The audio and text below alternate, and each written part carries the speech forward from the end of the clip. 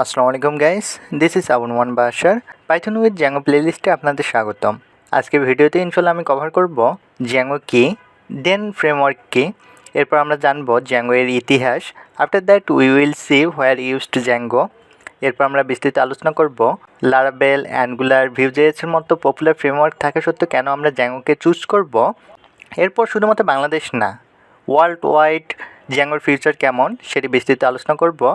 Finally we will see কীভাবে আমরা psychological theory use করে খুব সহজে জ্যাঙ্গো শিখতে পারি। প্রথমে আমরা জানব জ্যাঙ্গো কী।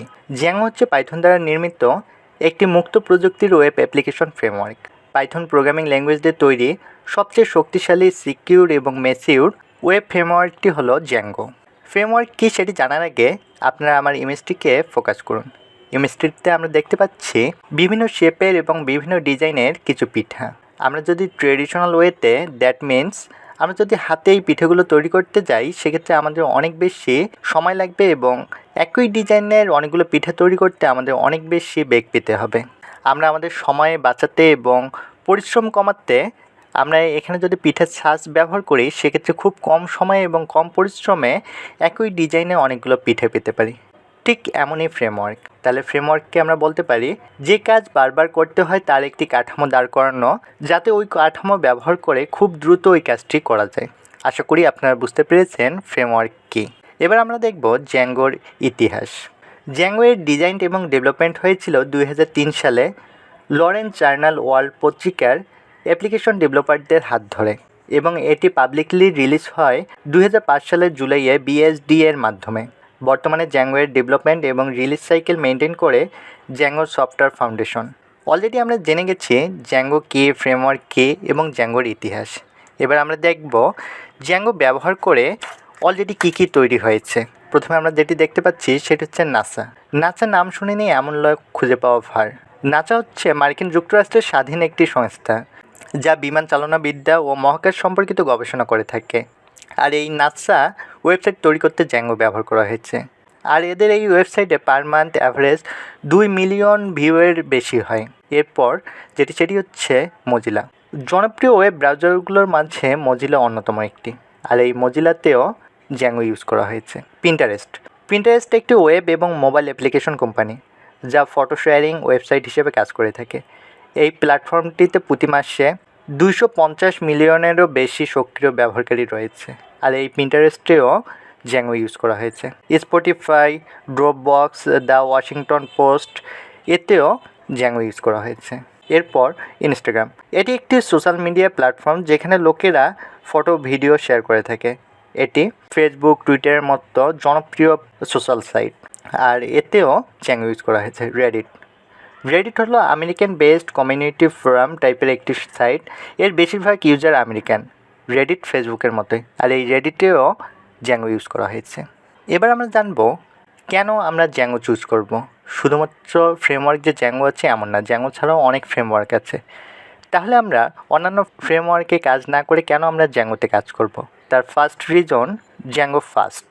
আপনি যদি কম সময়ে কোনো কিছু ক্রিয়েট করতে চান, সেক্ষেত্রে জ্যাঙ্গো বেস্ট চয়েস। সিকিউরিটি।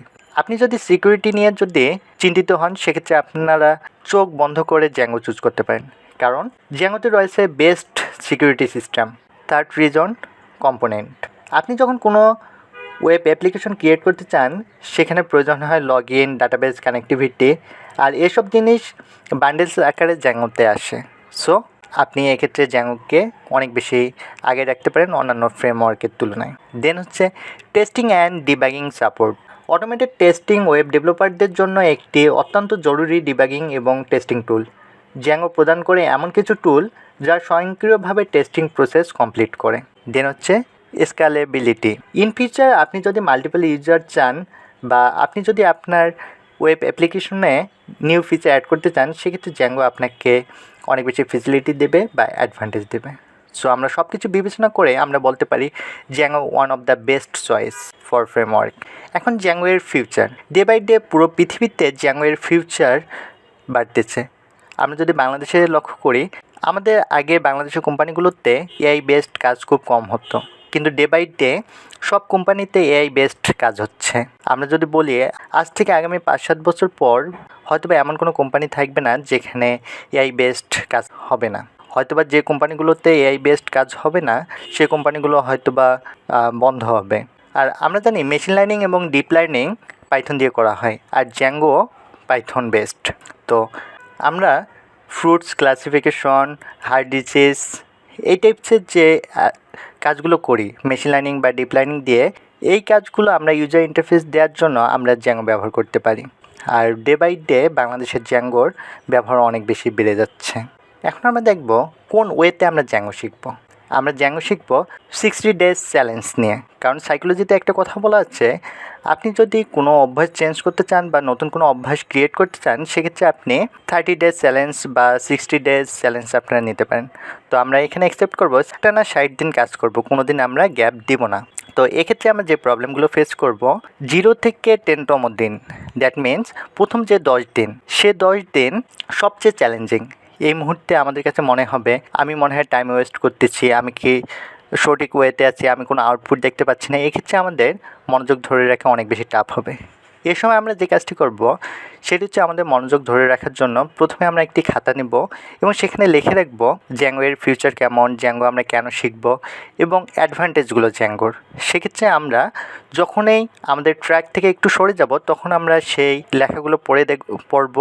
আশা করি আমরা আবার ট্র্যাকে ফিরে আসব। এরপর সেকেন্ড চ্যালেঞ্জ হচ্ছে 11 থেকে 20তম দিনে। 11 থেকে 20তম দিনে আমরা সবচেয়ে বেশি কনফিউজ থাকি, কারণ প্রথম 10 দিন কাজ করার পর 11 থেকে 20তম দিনে আমরা কিন্তু কোনো আউটপুট দেখতে পারি না।